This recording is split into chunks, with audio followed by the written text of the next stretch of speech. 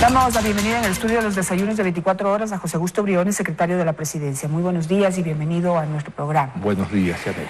Finalmente, el presidente de la República emitió el decreto compromiso con la CONAIE y derogó el 883.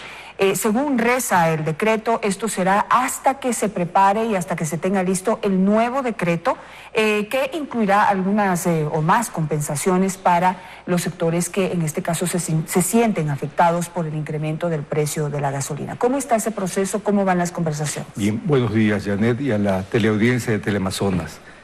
El presidente Moreno decidió por la paz y en ese contexto se está procediendo a la formulación del nuevo decreto que incluye criterios de racionalización y focalización que permita determinar de una manera más precisa el destino de los recursos producto de la decisión que se tome en el nuevo decreto. Es decir, focalizar los subsidios, en este caso, que en este momento se destinan al precio de la gasolina. En efecto, la ciudadanía debe de comprender que 1.400 millones de dólares en subsidio a la gasolina extra y al diésel es una cifra muy grande y determinante que básicamente está orientada hacia personas que no necesitan y sobre todo a propiciar y de alguna manera motivar el contrabando del diésel que se está dando. Entonces, en ese sentido, el presidente Moreno, en el marco de los acuerdos que tuvimos el día domingo en la noche,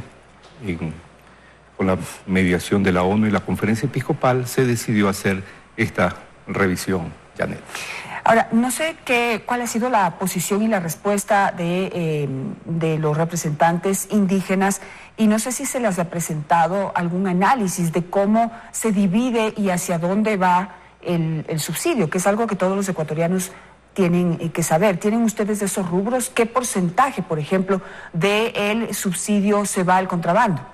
Bueno, es algo que hemos ido presentando los diferentes rubros. Usted comprenderá que con la diferencia de precio entre nuestro combustible y el que existe en las fronteras, tanto en Colombia como en Perú, motiva, pero es un porcentaje muy importante que podría estar por arriba del 40%.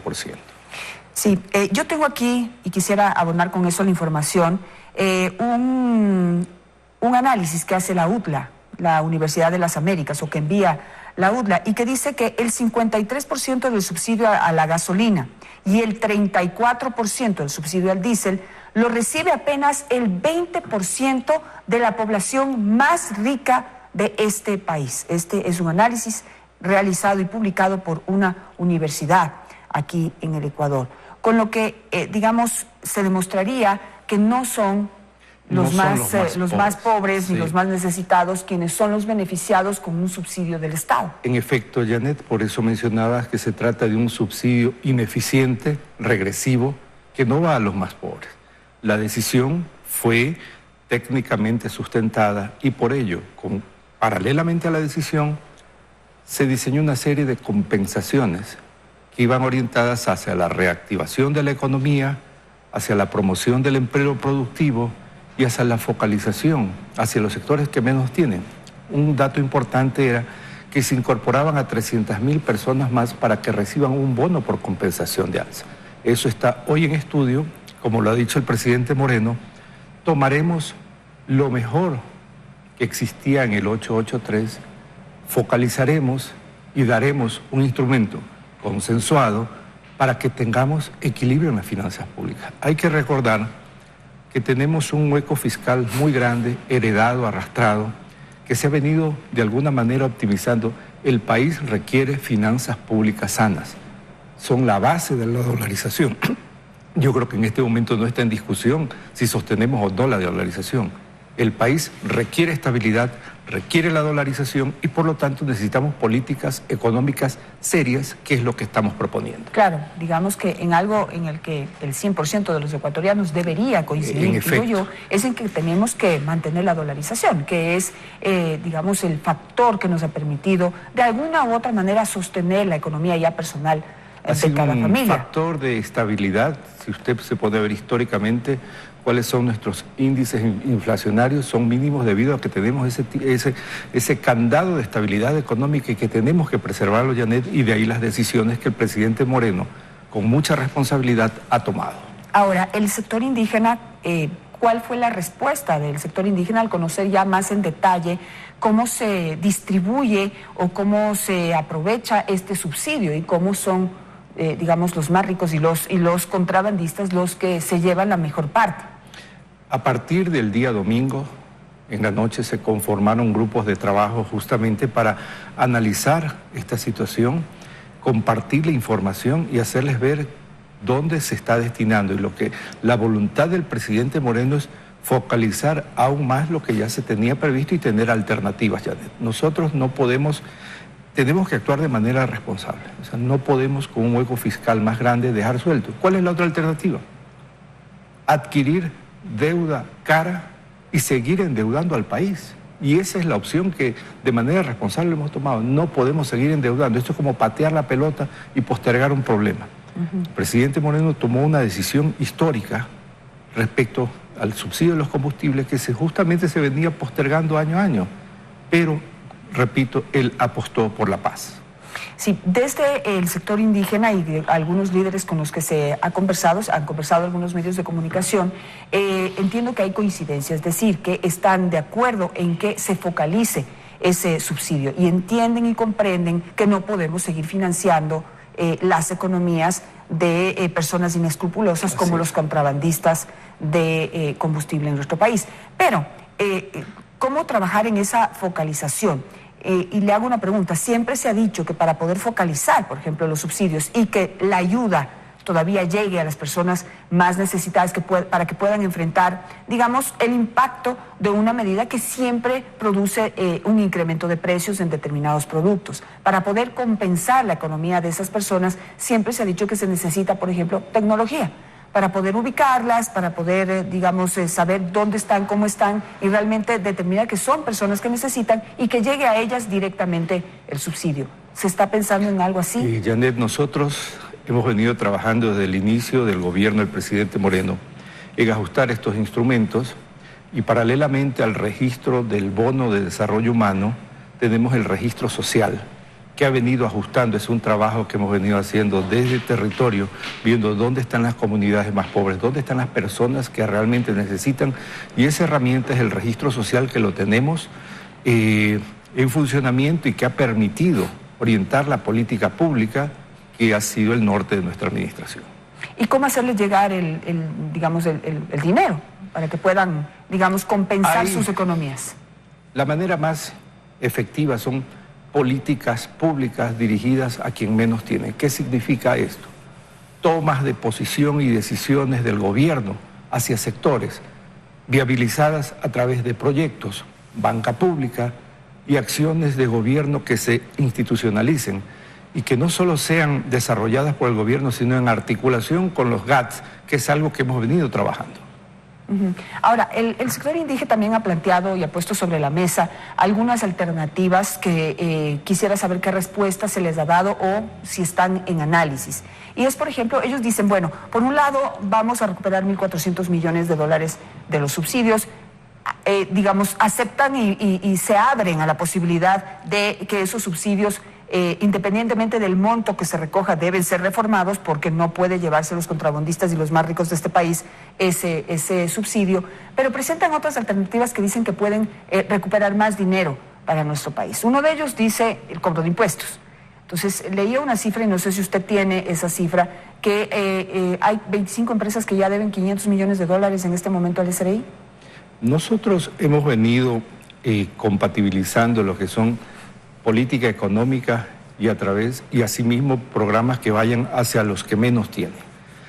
Hemos hecho un agresivo cobro de impuestos, la optimización, la remisión tributaria que se hizo el año pasado, que lamentablemente ha sido malinterpretada, significó de alguna manera sincerar el cobro de impuestos.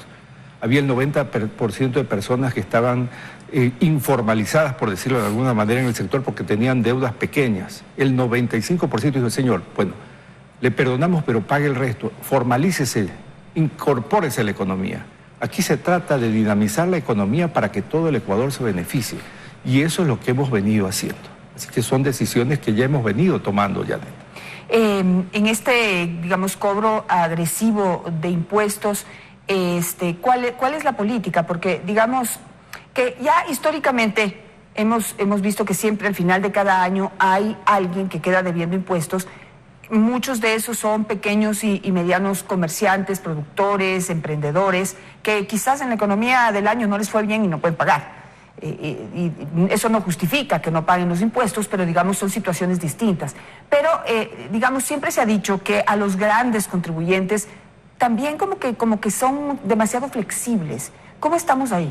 Janet, hay que recordar algo y tal vez por el fragor de la discusión no se analizó la propuesta que estaba en el 883.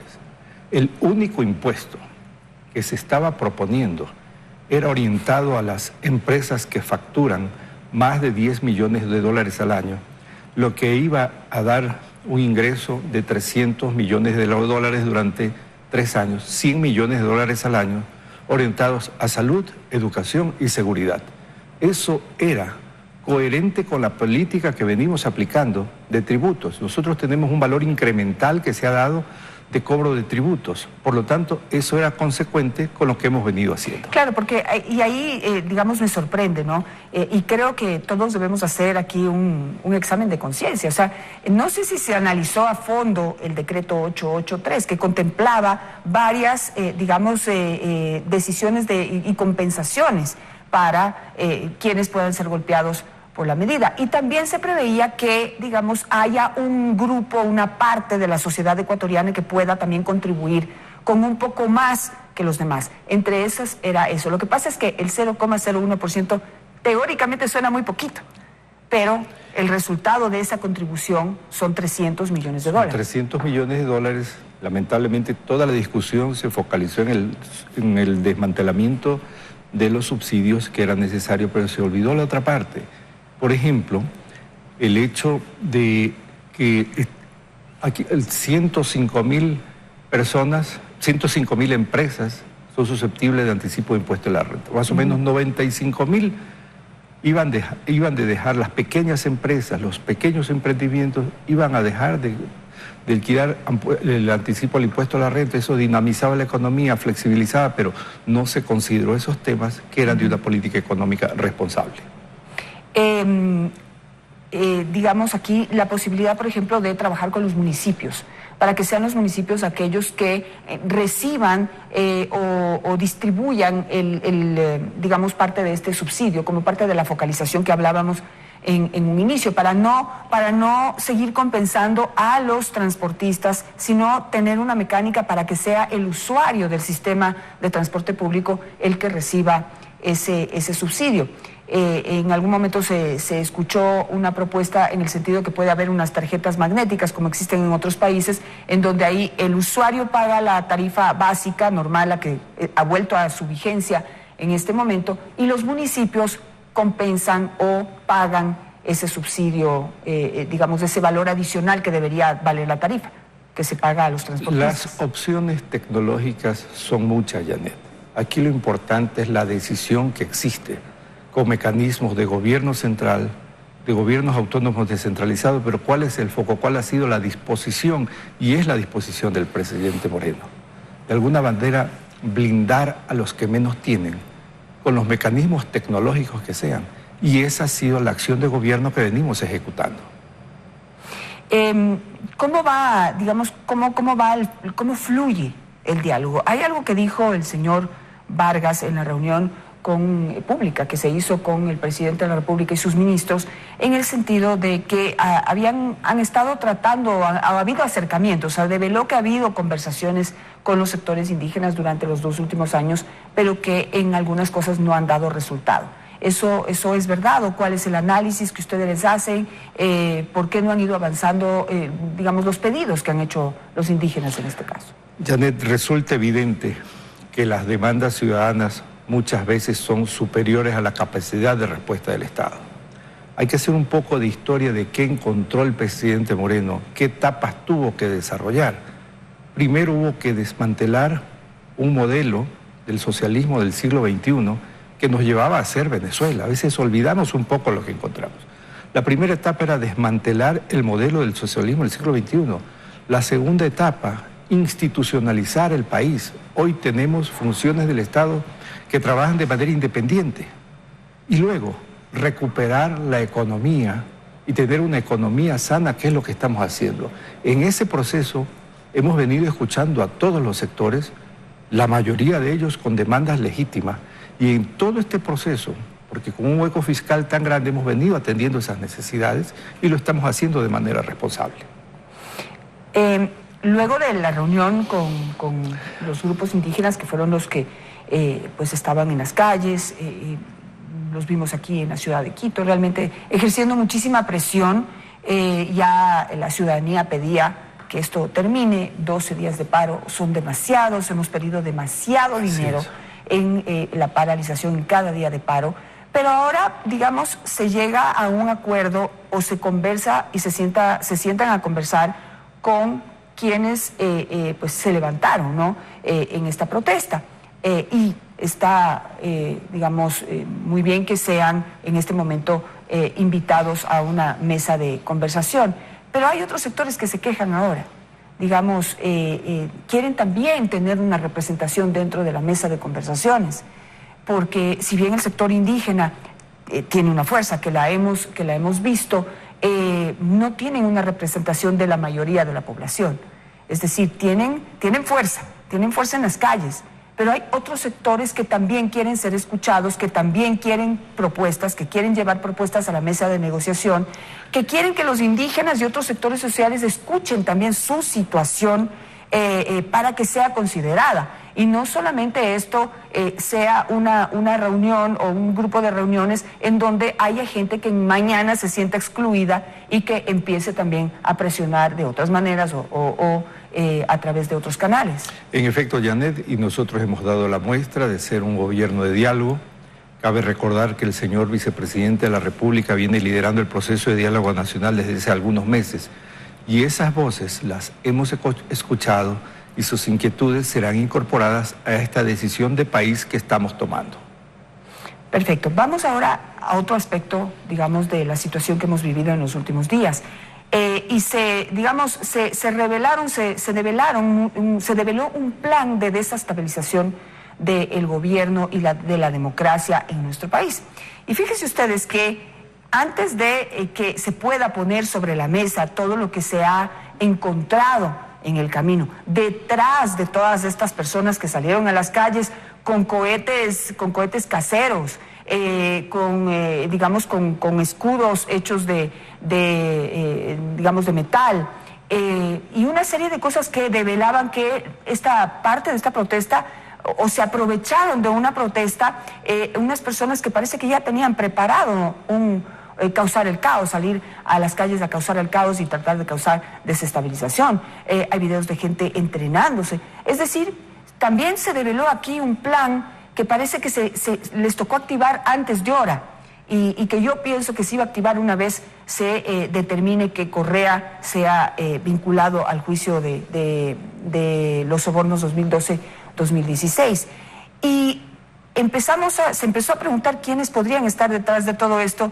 Y resulta que de un día para otro los asambleístas correístas se refugian en la Embajada de México, en masa, con lo cual realmente queda develado quiénes podrían haber estado detrás de todo este plan, porque si nadie les ha acusado todavía, entonces no se entiende por qué ya están refugiados.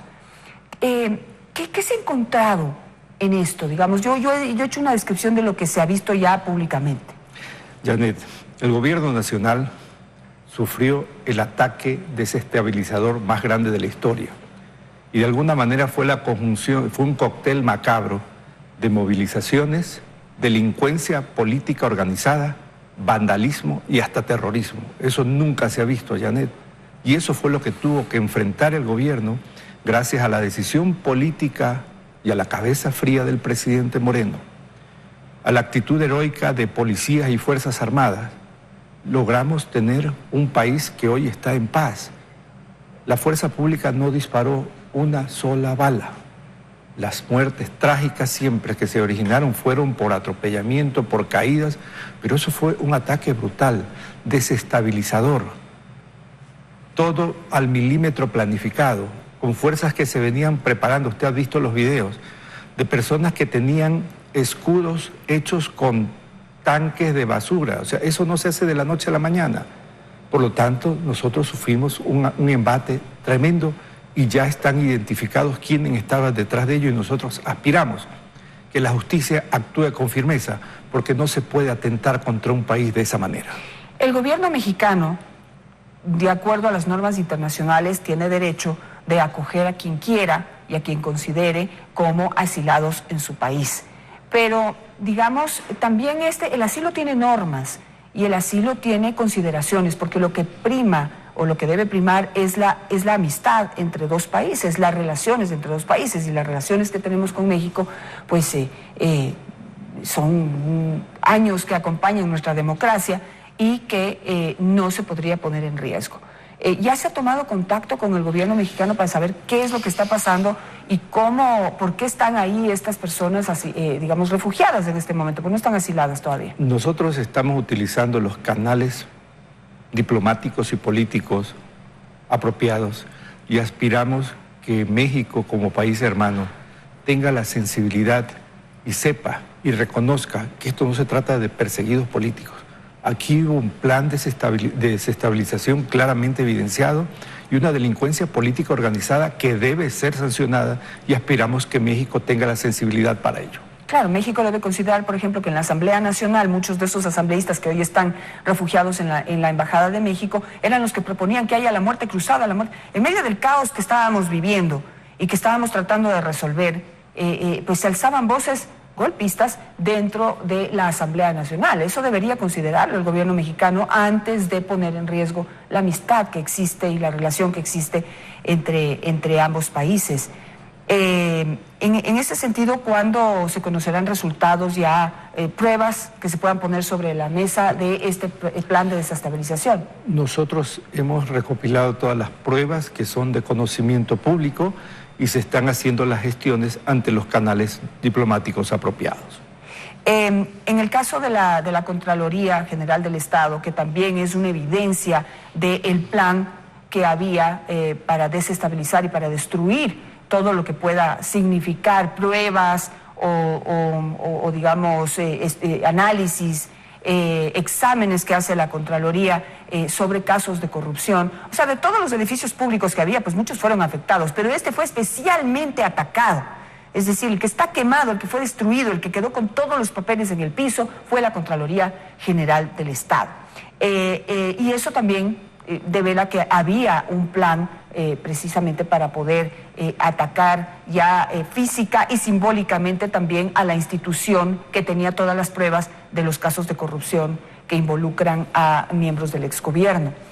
Ya se tiene un balance, ya se tiene un análisis de lo que sucedió en la Contraloría, es decir, qué se perdió, qué se recuperó, qué se tiene digitalizado, todo está digitalizado. ¿Qué nos puede decir? Ayer tuvimos una sesión de trabajo con el señor Contralor porque por disposición del presidente de la República hemos determinado 2 edificios que podrían ser utilizados por la Contraloría para que siga adelante con sus funciones. Ellos están en la evaluación, pero lo que se evidenciaba de los peritajes realizados es que esto fue fríamente calculado, porque los departamentos de cauciones y de determinación de responsabilidades fueron los que primero fueron atacados. Debido al tipo de estructura que tiene el edificio de la Contraloría, sobre todo el nuevo, que estructura metálica con vidrio, se colocaron dispositivos para debilitar la estructura. O sea, todo esto fue planificado, es el trofeo de la barbarie y evidencia que a quienes les interesaba que eso se destruya, están ahí evidenciados. Sí, me recuerda eso y han recordado muchos, ¿no? Lo que sucedió en Colombia hace muchos años con el Palacio de Justicia, que fueron y quemaron el Palacio de Justicia y después pues se determinó y se descubrió que Pablo Escobar Gaviria, el gran narcotraficante de ese país, fue quien estuvo detrás de ese ataque, financiándolo, promoviéndolo, porque ahí en el Palacio de Justicia era donde estaban la documentación que lo involucraba a él en todos los casos de muerte, narcotráfico y hundimiento de ese país hermano y vecino. Aquí vienen y digamos, repiten la figura o repiten el plan, repiten la estrategia, pero la pregunta es, y lo que se pregunta a todo el mundo, ¿tenían digitalizados todos los documentos o vamos a toparnos con la sorpresa de que para el juicio de Correa que hay que vincularlo al juicio de sobornos 2012-2016, se desaparecieron los documentos y no había sino la carpeta que estaba ahí. La mala noticia para estos delincuentes organizados es que mucha información está digitalizada y el núcleo de la información para los procesos está en cada una de las instituciones que están siendo auditadas. Evidentemente que hay pérdidas, evidentemente que se pierde información y sobre todo la cadena procesal, pero existe respaldo de esta información. Perfecto. Eso es una extraordinaria noticia. Por último, José Augusto, quisiera saber para cuándo va a estar listo el nuevo decreto, porque realmente estamos todos en ascuas y queremos terminar definitivamente con este problema. Nosotros esperamos tenerlo cuanto antes, estamos siguiendo el protocolo acordado, estamos teniendo las reuniones, no solo consultaremos con quienes estamos, sino que este es un tema que atañe a toda la población y en ese contexto tener el instrumento necesario que esperamos tenerlo esta semana. Perfecto. Muchísimas gracias, por estar esta mañana con nosotros. Al regresar